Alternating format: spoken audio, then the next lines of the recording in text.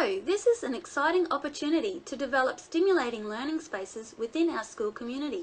Our school's vision needs to be one that embraces learning spaces that are practical, motivating, technologically advanced, cost-effective and user-friendly.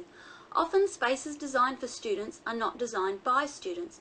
Consultation with students is paramount to building spaces so that not only can they take ownership of the space, but that the space will also motivate them to engage and ultimately enhance their learning experience.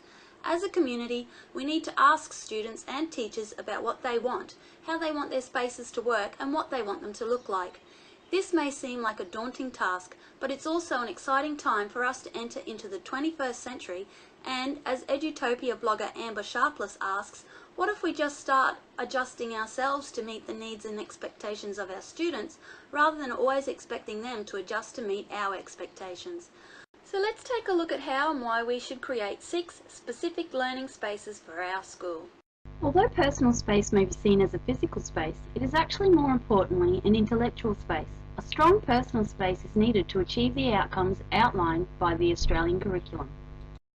Both students and staff need the skills to be self-motivated, to have a positive self-efficacy, to be able to self-manage their learning, to be proactive learners, and to reflect on their learning so that they can set and achieve personal goals.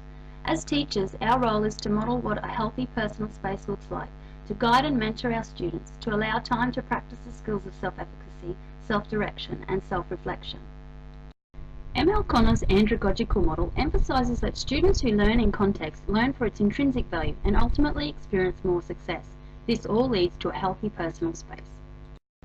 Activities and programs that allow students and teachers to have healthy mindsets and encourage well-being are beneficial in promoting a flourishing personal space. A great website to visit for ideas and resources on this subject is Mrs. Winter's Bliss.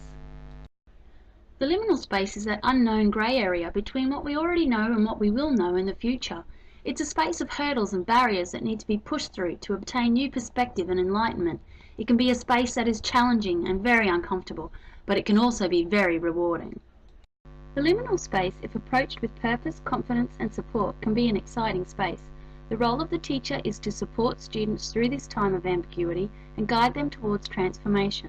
The liminal space is where students need to call upon the skills of self-efficacy to assist them through this space. They need to be able to break through their fear of the unknown and trust in the process. This is not an explicit lesson to be learnt, but a process that is woven throughout their learning. Land, Meyer and Bailey suggest that any strategy, activity or resource that presents children with an alternative point of view promotes this transformative learning.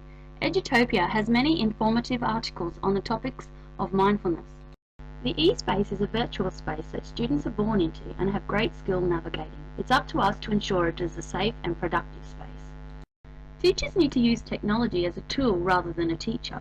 Technology should not replace other strategies just because it's available, and apps and programs need to be well researched and promote collaboration and innovation. Our students are highly motivated by technology, so it should be incorporated into learning wherever it's appropriate and in meaningful and purposeful ways. Jennifer Gonzalez and Vicky Davis both have blogs that suggest some awesome apps for student growth, where content rather than consumption is the key. Humans by nature are social animals, so it makes sense that students who learn in a social space are more willing to participate, more interested in the information being presented, more likely to feel valued, have better comprehension, and greater success.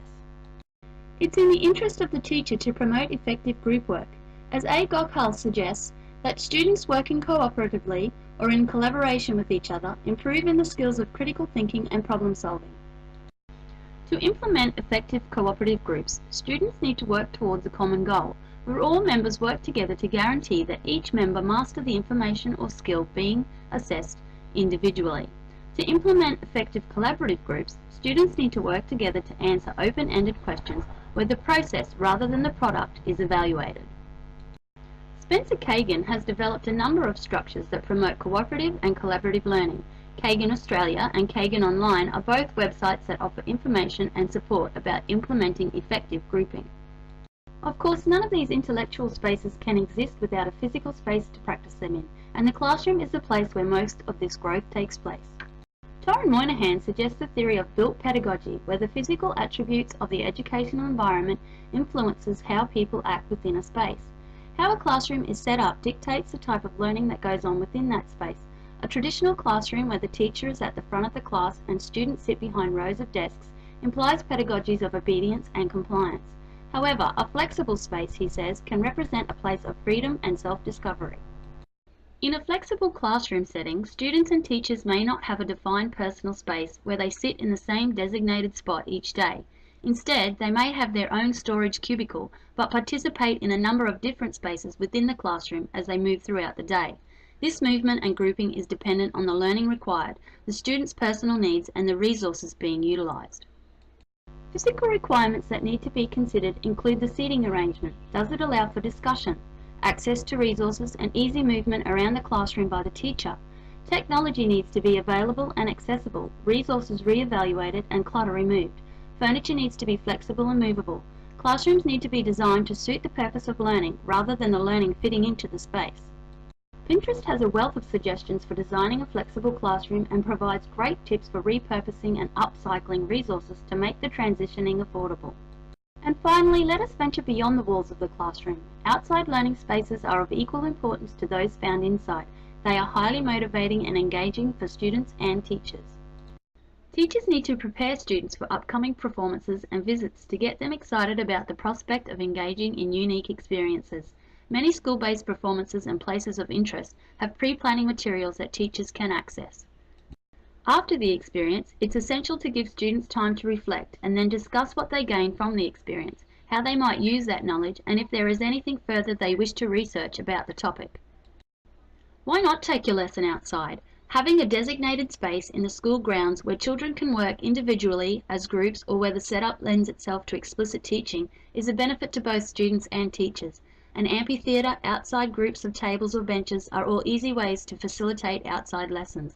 A few large, strategically planted, shady trees is another viable option. A safe place to set up needs to be considered when accommodating travelling classrooms. Having a large inside space, such as a hall that allows for flexible seating, has plenty of light and good acoustics, makes the experience of live presentations much more favourable. Excursions take outside learning to a whole new level. These activities allow students to practice real-world skills and put theory into practice. So if this is the case, let's make these explorations a standard part of the school week.